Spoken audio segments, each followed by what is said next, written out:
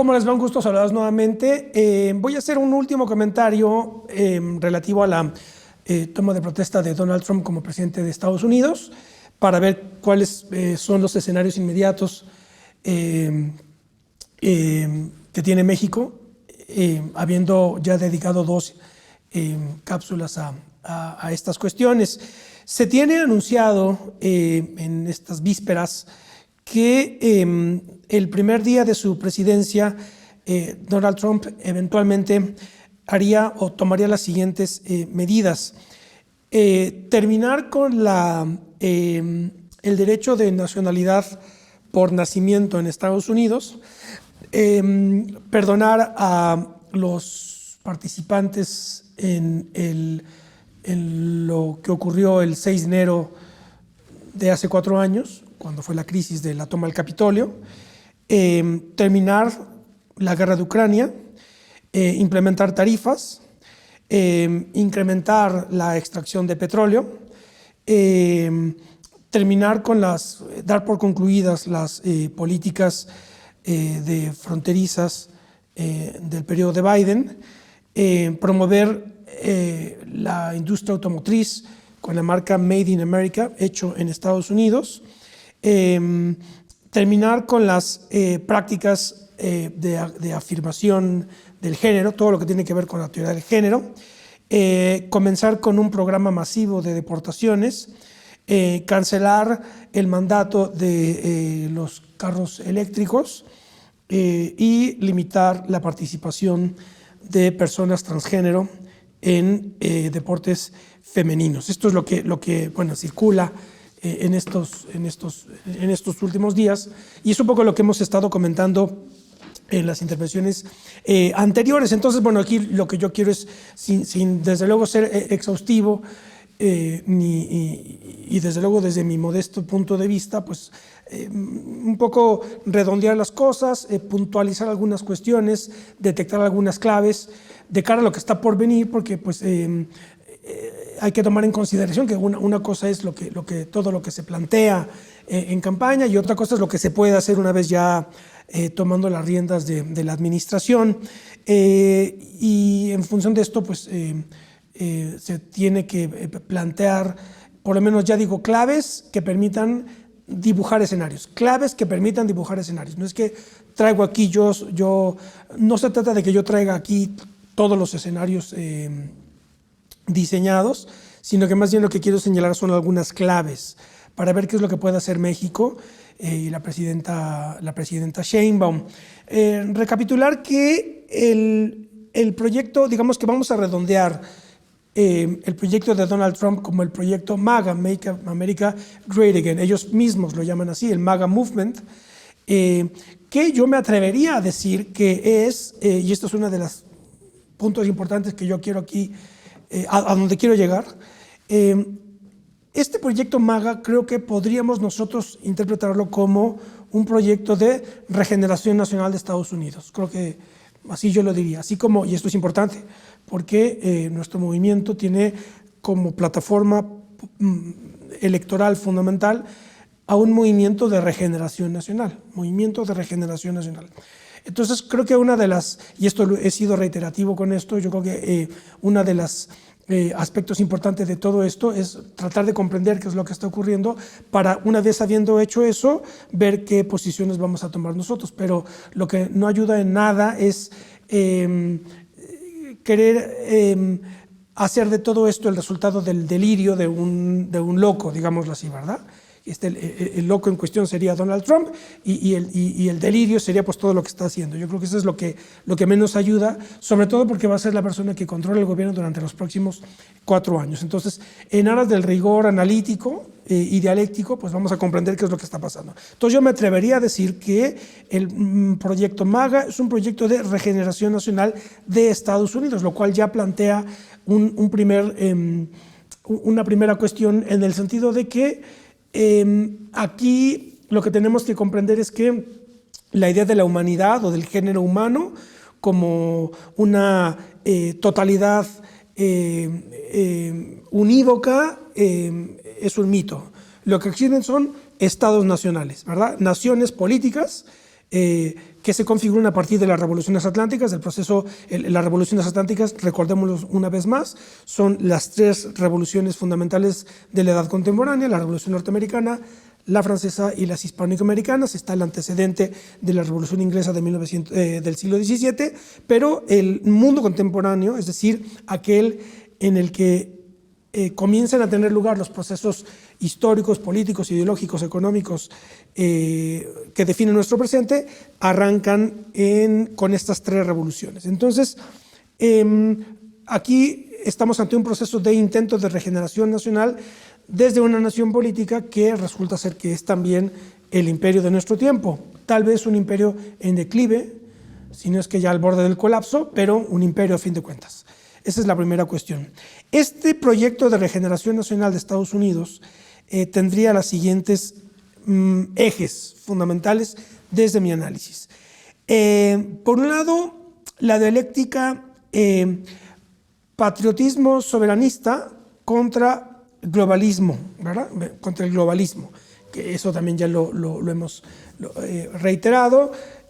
Alfredo Jalife es muy enfático en esto, en señalar, junto con otros, pero Jalife es muy enfático señalando que esta distinción izquierda-derecha ha perdido ya funcionalidad, sin perjuicio de que exista la discusión, etcétera, pero ha perdido funcionalidad. No sirve de mucho querer dividir el mundo en función de izquierda y derecha, sino que hay otra. Vamos a decir que no es que no existan esas variables, sino que existen muchas otras variables más, o otras dialécticas más existen, ¿verdad? Además de esta. Entonces, lo que dice Jalife, yo comparto esa postura, ahora hay una dialéctica fundamental, sobre todo a partir de que cae la Unión Soviética, hay una dialéctica fundamental para efectos de comprender el movimiento del mundo a partir de las unidades políticas, que son las naciones políticas, que es el resultado de las revoluciones atlánticas, según tengo dicho, y esta dialéctica fundamental es la que se establece a partir de una polaridad entre las posiciones patrióticas soberanistas y las posiciones globalistas. Lo que se plantea es que este globalismo está, Marcelo Gullo, por ejemplo, también este teórico de las relaciones internacionales argentino, que es extraordinario, es un realista político extraordinario, me parece a mí, plantea que este globalismo lo que ha desembocado en la configuración de un control de la oligarquía financiera internacional de la economía política internacional. Esa es la cuestión. Entonces, patriotas soberanistas contra oligarquía financiera internacional, promotora del globalismo, ¿verdad? Este globalismo, a su vez, esto es algo muy importante que tenemos que entender. Este globalismo, a su vez, tiene, que además, dicho también, esto valga el comentario, esta idea de la oligarquía financiera internacional tampoco es nueva. Esto es prácticamente una tesis de Lenin, formulada en El imperialismo, fase superior del capitalismo, un texto clave de 1916. Ahí Lenin plantea que el imperialismo efectivamente es ese proceso mediante el cual las grandes corporaciones del capitalismo mundial establecen mecanismos de articulación vertical, digámoslo así, lo que se conoce como la integración vertical, en donde son grandes conglomerados, en donde existe en su epicentro un banco y de este banco se desprende un conjunto de empresas vinculadas a la construcción, a la fabricación de bienes determinados. En este caso podremos decir también a los medios de comunicación, es decir, son grandes conglomerados que tienen inversiones en distintos sectores fundamentales de la economía, nucleados por algún banco. Entonces, ese es el elemento, ese es el momento en el que aparece la fase imperialista del capitalismo. Ese es un planteamiento de Lenin. Y de alguna manera pues es lo que plantea también Gullo, Jalife mismo, etcétera, ¿verdad? La oligarquía financiera internacional. Esta oligarquía financiera internacional globalista, que es el globalismo, pues es la perspectiva, la ideología según la cual las fronteras nacionales en realidad ya no importan. El patriotismo es un concepto que ha perdido funcionalidad. El patriotismo fue el concepto fundamental del siglo XIX. Entonces el globalismo plantea que ese concepto, esa ideología no tiene más sentido. lo que importa ahora es comprender los procesos en función de las interrelaciones planetarias, la interrelación, la interdependencia, el libre mercado, la libertad de movimiento, la libertad de expresión, etc. La libertad en general. Esto cobra fuerza cuando cae otra vez la Unión Soviética. Esto el propio Kissinger lo planteó cuando dijo el concepto de globalización fue puesto en circulación por nosotros mismos, por Estados Unidos, para sustituir el concepto de Guerra Fría y el antagonismo ideológico de grandes magnitudes civilizatorias, vamos a decirlo así, como la polaridad fundamental que explicaba el mundo.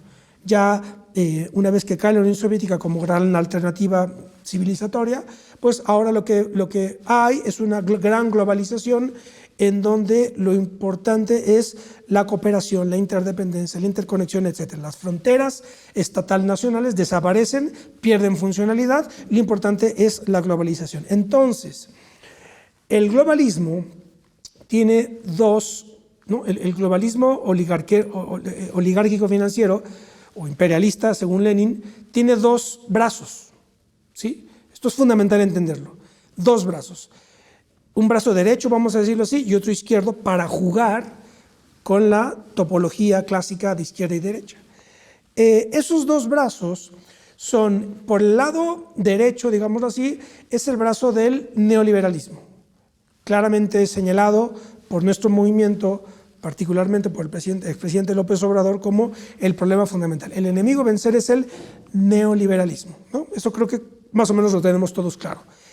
La trampa está con el brazo izquierdo. El brazo izquierdo del globalismo es el progresismo. Eso es lo fundamental.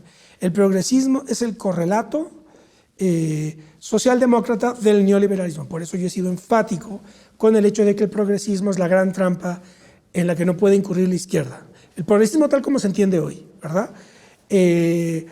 Creo que está pendiente por ahí hacer un análisis de la idea de progreso, a lo mejor después lo puedo desarrollar para profundizar un poco en esta cuestión del progreso. En todo caso, yo he comentado en otros momentos el hecho de que el progresismo no es otra cosa más que la cara amable del neoliberalismo o la cara cultural, o para decirlo con Fredric Jameson, que creo que falleció hace poco, Fredric Jameson, el progresismo es la lógica cultural del neoliberalismo, ¿verdad? Es la versión cultural del neoliberalismo que consiste en la adopción de todas las banderas hippies del 68 transformadas en políticas públicas, en plan de gobierno, cultural, ¿verdad? Esa es la clave. Entonces, el globalismo tiene un brazo derecho, que es el neoliberalismo, y un brazo izquierdo, que es donde no podemos, según mi tesis, caer en esa trampa, el progresismo. Entonces, eso por un lado, ¿no? Es lo que define, digamos, la dialéctica interna de Estados Unidos, con la llegada de Donald Trump, se explica en función de esta dialéctica fundamental. Patriotismo soberanista contra globalismo. El globalismo en Estados Unidos está representado por Clinton, Obama, Soros, Larry Fink, ¿no? Los grandes fondos de inversión, BlackRock, Vanguard, el propio Elon Musk, me parece, ¿verdad? Aunque después Elon Musk, al haber comprado Twitter, hoy X, en realidad está hay ambigüedades, ¿verdad? Como no puede ser de otra manera. El mundo no es blanco y negro, porque Elon Musk compró Twitter para contrarrestar y frenar el proceso mediante el cual Twitter estaba convirtiéndose en el principal canal de la propaganda progresista. La agenda LGTB, la agenda de género, la agenda woke, ¿verdad? Que también ya hablé aquí de la agenda woke, del wokismo, ¿verdad? El propio Musk tiene un hijo que cayó en las trampas, en las garras de la ideología transgénero, LGTB, y me parece que él es trans, ¿verdad? El hijo de Elon Musk. Entonces creo que hay un componente personal para combatir esa ideología. Y entonces por eso compró Twitter para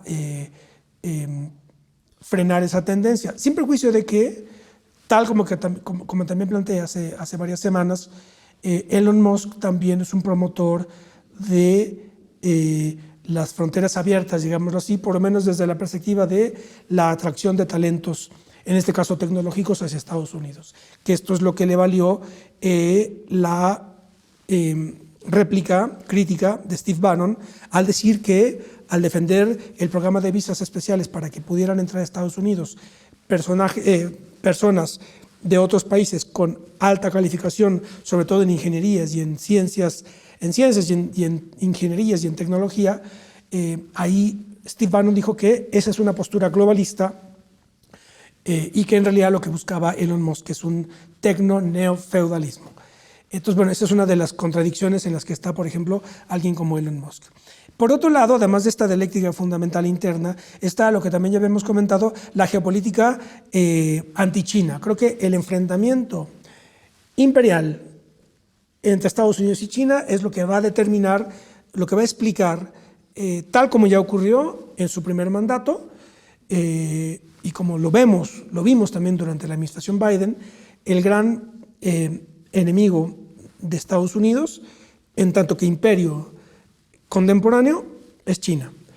China es ya el imperio emergente y desde una perspectiva de realismo duro, como la de John Mearsheimer,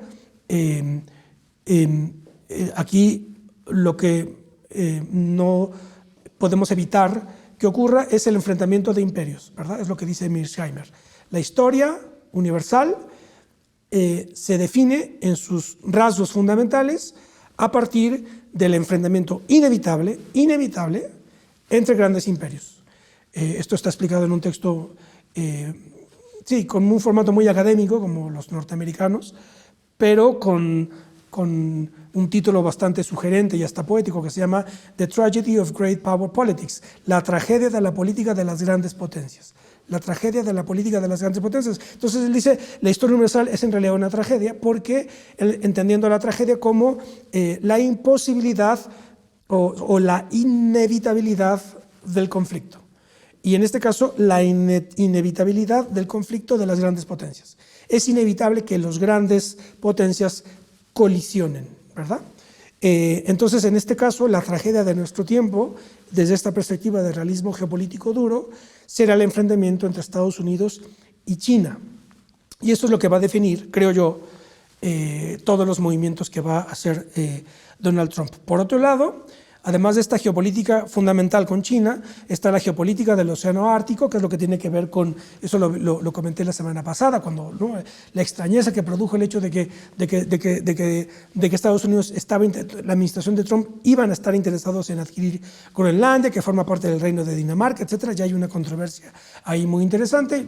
A muchos a mí personalmente nos tomó por sorpresa. Jalife dijo que desde luego eso no era nuevo, pero bueno, Jalife tiene muchísimos más años estudiando todas estas cuestiones, pero en todo caso, aquí ya está el señalamiento de una geopolítica del Océano Ártico que va a estar presente a partir de estos días, en donde ya toma control de la presidencia de Donald Trump, va a estar presente en toda la discusión internacional, la geopolítica del Océano Ártico. Por otro lado, la geopolítica europea.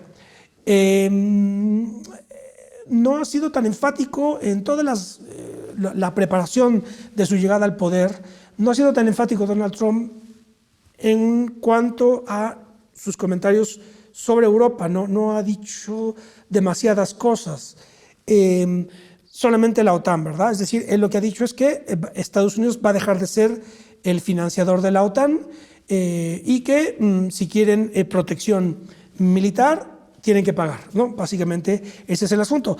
Esto no implica que no hayamos seguido los movimientos que, por ejemplo, ha hecho Steve Bannon, en el sentido de que lo que está buscando Steve Bannon es desarticular, Steve Bannon, Estados Unidos, o por lo menos este proyecto MAGA, es hacer estallar o hacer implosionar a la Unión Europea, el proyecto de la Unión Europea, y apoyar movimientos patrióticos soberanistas al interior de Europa. Por eso el apoyo que ha tenido pues, con Vox a Vox en España, a Giorgia Meloni en Italia, a Víctor Orbán en Hungría, es decir, apoyar estos movimientos soberanistas, patrióticos, digámoslo así, que hagan implosionar al proyecto globalista de la Unión Europea, porque la Unión Europea no es más que una superestructura burocrática con ideología globalista que está actuando en perjuicio de los intereses populares de los estados europeos, de las naciones europeas. Entonces, bueno, ahí llama la atención la visita que hizo a Mar al Lago Giorgia Meloni para encontrarse con Trump. Es una de las invitadas a la toma de protesta, a su toma de protesta, etc. Entonces ahí está claramente el mensaje o las claves que tienen que ver con la geopolítica europea. Entonces, geopolítica anti-China, geopolítica del Océano Ártico, geopolítica europea y una geopolítica hemisférico-atlántica, es decir, todo lo que tiene que ver con el continente americano, con nosotros. Y aquí hay varias cuestiones. Por un lado, un mercantilismo tarifario, que es lo que aquí plantea, ¿verdad?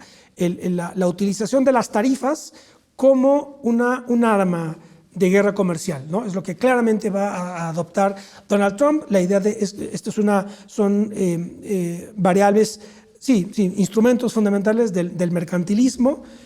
Recordemos que dentro de la historia del pensamiento económico hay como tres grandes corrientes del pensamiento económico moderno contemporáneo: el mercantilismo, la fisiocracia y el liberalismo de Smith, ¿verdad? De Adam Smith. La fisiocracia, fundamentalmente francesa, planteaba que el valor de la economía, la clave del valor de la economía está en la tierra. El mercantilismo planteaba que la clave de la economía es el comercio y la defensa de las fronteras con el instrumento de los aranceles para controlar y defender la economía nacional, y el libre comercio, ¿verdad? El liberalismo clásico planteado por Adam Smith. Entonces, la idea de las tarifas como un instrumento de guerra comercial es una tesis mercantilista. Entonces, aquí lo que está haciendo Donald Trump es adoptar una posición neomercantilista, vamos a decirlo así, contraria efectivamente al liberalismo o neoliberalismo globalista, ¿verdad? La idea de la libertad de fronteras, ¿verdad? La libre entrada de migrantes, etc. Entonces ahí claramente estamos ante una postura neomercantilista hecha desde el imperio que propuso en su momento el neoliberalismo globalista. Por otro lado, el Canal de Panamá, que también ya hablamos sobre eso, planteando que el Canal de Panamá en realidad está controlado por los chinos y que va a tomar medidas al respecto. El problema de la migración en general, ¿no? En términos generales, el problema de la migración y México, ¿no? Estos son los elementos que constituyen la geopolítica hemisférica atlántica: mercantilismo tarifario, Canal de Panamá, migración en general y México. México, particularmente, dos cuestiones para con México: el problema de los cárteles, los grupos de crimen organizado, y la amenaza que ha hecho de declarar a estos grupos como grupos terroristas. Esta es una cuestión de alta implicación, de alta peligrosidad, y que nosotros, ¿no? Marco Rubio, en su próximo secretario de Estado, que el secretario de Estado es el canciller de Estados Unidos, Marco Rubio ha planteado que no podría descartar el uso de la fuerza militar para combatir a los cárteles mexicanos. La presidenta Sheinbaum inmediatamente dijo, claro, bueno, estamos abiertos a la cooperación. Marco Rubio me parece que dijo, claro, vamos a buscar la cooperación, etc. Entonces, ese es uno de los puntos candentes, dramáticos, estratégicos para con México. Y el otro, la migración, ¿verdad? Son las dos cuestiones: cárteles, migración. Esto básicamente son, digamos, los ejes fundamentales generales que configuran el proyecto MAGA encabezado por Trump, entendiendo al MAGA como un proyecto de regeneración nacional de Estados Unidos, entendiendo que Estados Unidos es el imperio de nuestro tiempo. Es decir, tan invasivo y si se trata de esto, ¿verdad? Tan invasivo o tan imperialista, digámoslo así, va a ser Estados Unidos con los demócratas o con los republicanos, con Trump o con Obama. Eso es lo que hay que entenderlo claramente, ¿verdad? Es decir, haya ganado Trump o Kamala Harris, la política imperialista de Estados Unidos prácticamente hubiera sido la misma, ¿verdad? Esa es la cuestión. Por otro lado, ¿cuáles son los condicionantes? Es decir, ¿cuáles son las variables independientes, inamovibles, ya en relación a la relación que va a tener México con Estados Unidos, independientemente de quién gobierne aquí o allá? ¿Cuáles son las condicionantes o las variables independientes? La obvia vecindad, ¿verdad? No hay frontera más compleja, creo yo, que la de México con Estados Unidos, y esa es una condicionante fundamental. Y esto acota los límites, los márgenes que tiene México, gobierne quien gobierne, para actuar, ¿verdad? Ese es el problema, la vecindad. Por otro lado, la codependencia económica. Las cifras están a la vista de todos.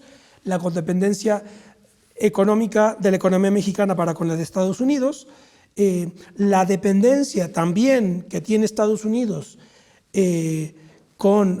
para con los migrantes, ¿verdad? Es decir, un porcentaje muy importante de ciertos sectores laborales en Estados Unidos están hechas por migrantes mexicanos. Entonces ahí también hay una codependencia. Yo hablando con amigos que vienen de la experiencia migrante, ellos dicen es imposible que esa declaración que ha hecho Trump de hacer una deportación masiva de migrantes mexicanos o hispanos o latinoamericanos es en realidad imposible por todos los trabajos que se realizan en Estados Unidos. Entonces, las cifras están ahí, se pueden revisar, entonces más bien es detectarlo como una variable condicionante fundamental, ¿verdad? La codependencia económica es indiscutible. Vecindad, codependencia económica. La tercer condicionante principal y fundamental es la asimetría militar, ¿verdad? No somos nosotros una potencia militar en ningún sentido, lo cual ya también condiciona prácticamente todo lo que se pueda hacer al respecto. No estoy diciendo que México debería de tener una posición bélica más agresiva, pero sí sería deseable que tuviera una fuerza militar importante, ¿verdad? Por lo que voy a decir ahora, en el siguiente apartado de este comentario. Pero bueno, pues esto es lo que hay. Entonces, asimetría militar como un condicionante de primer orden, y el cuarto condicionante, la presencia de mexicanos en Estados Unidos, efectivamente, ¿verdad? Legales o ilegales.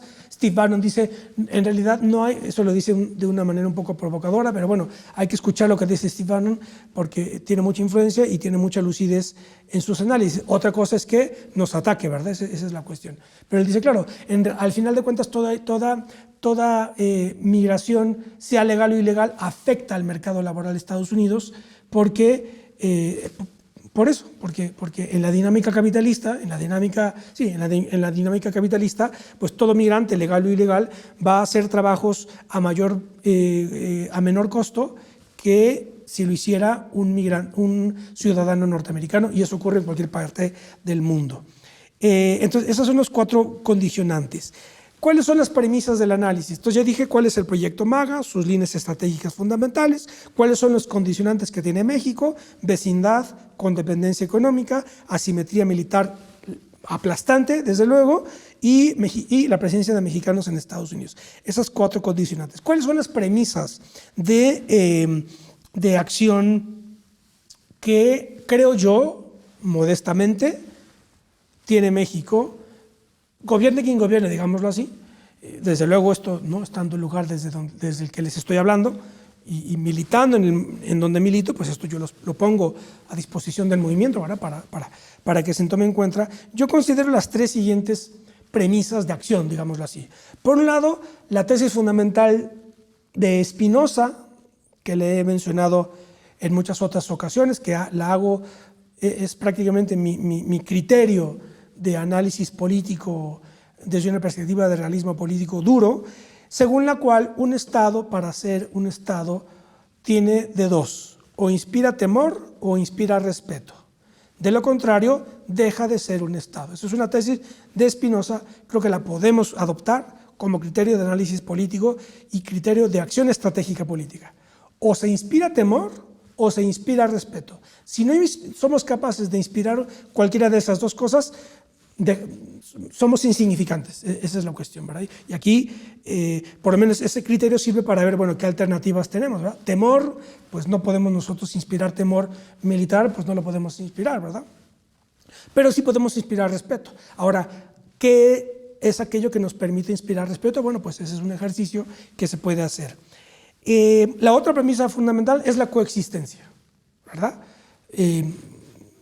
La vecindad como condicionante hace que la coexistencia sea una premisa fundamental, ¿verdad? Entonces, temor o respeto, coexistencia, y la otra premisa fundamental que creo yo que se tiene que tomar en cuenta desde la perspectiva del interés nacional de México es que somos el primer país hispanohablante del mundo, ¿no? Eso es algo fundamental, creo yo, que se tiene que tomar en consideración. México es el primer país de hispanohablantes del planeta, y ahí hay una fuerza cultural que nosotros tenemos, cultural, universal, etcétera, que nosotros tenemos. Entonces, habiendo dicho esto, ¿cuáles serían, en cuarto lugar, cuáles serían las coincidencias y diferencias respecto de la 4T y MAGA, ¿verdad? El Make America Great Again, ¿verdad? ¿Cuáles serían esas coincidencias que a mí me parecería que pueden, eso es lo que yo pienso, ¿no? ¿Qué es lo que se puede hacer? En principio, reconocer esas coincidencias para, digámoslo así, generar un ámbito, un clima, una atmósfera de empatía diplomática y poder hablar con el gobierno de Trump y sus funcionarios. Eso lo digo literalmente desde una perspectiva pragmática, ¿verdad? Es decir, bueno, reconocemos, ¿no? En principio, reconocer y no desconocer, decir que es un loco, que es una locura, que es la extrema. Eso no sirve para nada porque, por las premisas que acabo de decir, ¿verdad?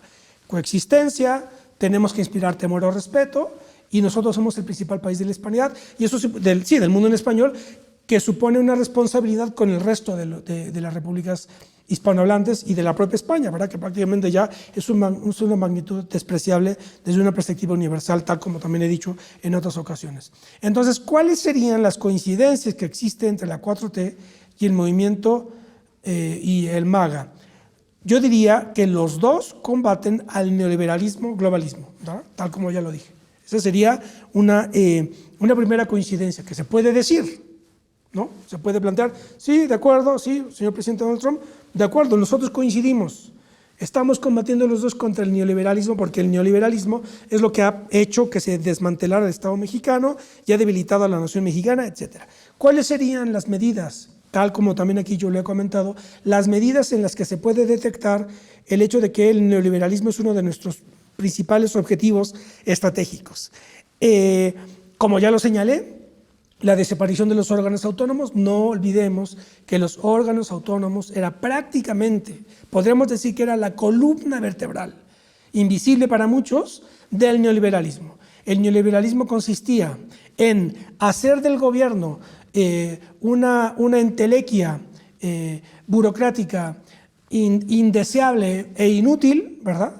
De suerte tal que lo fundamental era ejecutar un conjunto de reformas constitucionales que mediante las que se ejecutara una apertura de los mercados, ¿verdad? Una apertura de la economía mexicana, y después creas una serie de órganos autónomos para proteger, mediante esos órganos autónomos, proteger el mercado, ¿verdad? Esa es la cuestión. Y en esos órganos autónomos reclutas a tecnócratas formados en universidades de élite aquí y en Estados Unidos, los metes a esos órganos autónomos y son los que están siempre desde la idea de la regulación controlando el mercado, pero siempre protegiendo o impidiendo que se fortalezca o se afirme la presencia del gobierno en sectores estratégicos. Esa es la clave. Yo puse el ejemplo claro es, esto lo he comentado en otras ocasiones, cuando estaba en discusión la reforma energética, la reforma eléctrica, en el sexenio de López Obrador, vino una experta formada en el extranjero, aquí en una universidad privada, no me acuerdo cuál, pero puede ser el ITAM o seguramente el ITAM, y después formada creo que en Inglaterra o en Estados Unidos. Y entonces lo que dijo esta mujer fue: a los mexicanos no les importa si la electricidad es proveída por la Comisión Federal de Electricidad o por Iberdrola o por General Electric. Lo importante es que se les dé un buen servicio. Claro, dices, oye, pues sí, ¿verdad? Que sí, ¿cuánta razón tienes? Claro, esa es la función ideológica de un órgano autónomo o de esta élite tecnocrática. ¿Qué es lo que sutilmente o evidentemente o cínicamente estaba planteándose con este argumento estúpido de todo punto? Estaba negando el nacionalismo económico y estaba negando, o estaba, digámoslo así, quitando la importancia al hecho de que existiera una Comisión Federal de Electricidad que garantizara el acceso a la electricidad por toda la nación, ¿verdad? Y además la Comisión Federal de Electricidad es uno de los instrumentos fundamentales mediante los cuales el Estado Nacional puede actuar en la economía política internacional, ¿verdad? Entonces, este argumento, que en principio puede sonar lógico, ¿verdad? Claro, lo que me importa es que haya un buen servicio a buen precio de la electricidad. En principio suena bien, pero detrás está este argumento tecnocrático neoliberal globalista, según el cual las fronteras nacionales no importan, la nación no importa, el nacionalismo no importa, lo que importa es ser un consumidor satisfecho, ¿verdad? Esa es la idea, ¿verdad? Es decir, el mundo, el planeta, hay que transformarlo en un gran mercado, ¿verdad? En donde lo único que nos debe de importar son individuos aislados que lo que busquen son, pues, buenas ofertas en el mercado, ¿verdad? Que sean consumidores satisfechos y que ya se olviden de nacionalismos, patriotismos y esas cosas que ya son del siglo XIX, ya son cosas muy románticas, etcétera. Y si las recuperas, entonces tú eres un populista, etcétera, ¿verdad? Entonces, la desaparición de los órganos autónomos es la verificación, desde mi punto de vista, clave de destruir el neoliberalismo en México. Por otro lado, la austeridad, ¿no? Desde López Obrador y ahora desde luego con la presidenta Sheinbaum, la austeridad en el gobierno tiene que ver con la reducción del gobierno, que es lo que, por otro lado, Trump y su grupo formulan en los términos de la destrucción del administrative state, ¿no? El administrative state es precisamente la reducción del gobierno, eliminar infinidad de puestos que no sirven para nada y utilizar el presupuesto para la regeneración nacional y la regeneración económica. Y por otro lado, el nacionalismo económico defendido tanto por el primer gobierno de López Obrador como el gobierno de la presidenta Sheinbaum, tal como podemos ver en la presentación del Proyecto México. El Proyecto México, creo yo, el punto fundamental del Proyecto México fue la defensa de la participación nacional en las cadenas productivas, ¿verdad? Eso es lo fundamental. Y eso es lo que también está defendiendo Donald Trump desde Estados Unidos. El problema es que chocan, ¿no? Ahí chocan esos intereses y esa es la cuestión fundamental. Por otro lado, ¿qué otra coincidencia encuentro yo? Tanto la 4T como el movimiento MAGA buscan regenerar a nuestras respectivas naciones. Son, ya digo, movimientos de regeneración nacional. Y la tercera coincidencia, desde mi modesto punto de vista, tanto la 4T como MAGA son movimientos republicano-populistas. Es decir, afirman el criterio nacional popular, apelan a los intereses tanto de clases medias como clases populares, negando, ¿verdad?, las veleidades burguesas, progresistas, hippies, ¿verdad? Es una cuestión, es una veleidad, sí, burguesa, totalmente burguesa y generada además desde las universidades, ¿no? De las universidades de élite. Desde ahí surgen estas ideologías progresistas que nada tienen que ver con la vida diaria de un mesero, un trabajador, un albañil, etc. Esa es la cuestión fundamental desde mi punto de vista. Entonces, ambos movimientos son movimientos. ¿Y por qué republicanos? Porque son republicanos porque son democráticos, ¿verdad? Es decir, buscan la soberanía del pueblo, buscan el interés del pueblo frente al interés, frente a los intereses de la élite y el desentendimiento que la élite tiene respecto de los problemas reales populares. ¿Cuáles son las diferencias? Las diferencias es la más drástica y la más dramática, que es uno de los condicionantes: Estados Unidos es un imperio y México no. Entonces, digámoslo así, desde esta perspectiva, si Estados Unidos se va a poner en una postura de agresividad imperial, es muy difícil encontrar márgenes de acción, ¿verdad? Pero porque nosotros no somos un imperio, como si lo es China, ¿verdad? O como lo es Rusia, ¿no? Que tienen armas atómicas fundamentalmente. Entonces, esa es la diferencia fundamental. Trump o Kamala o lo que sea, ¿verdad? Ese es el asunto. La otra diferencia, que aquí hay que ser cuidadosos, pero bueno, yo lo he dicho aquí ya abiertamente y lo tengo escrito en todos lados. Quienes quieran verlo en mi blog, La Clandestina Virtud, ahí encontrarán argumentos, así que aquí no estoy escondiendo nada. En la 4T hay elementos progresistas, mientras que el movimiento de Trump es una negación del progresismo tal como lo he formulado, ¿verdad? Pero claro, Morena, el movimiento en general de la 4T es un movimiento diverso, plural, hay infinidad de corrientes. Yo soy defensor de la corriente nacional popular, revolucionaria, cardenista, digámoslo así, patriótica, populista en el sentido aristotélico maquiavélico, es decir, el populismo entendido como la crítica a la irresponsabilidad de las élites, que es un poco el planteamiento que hace Maquiavelo al plantear que para defenderse de los pocos, como decía Maquiavelo, es decir, para defenderse de la oligarquía, el pueblo necesita de un príncipe, ¿no? Ese es el planteamiento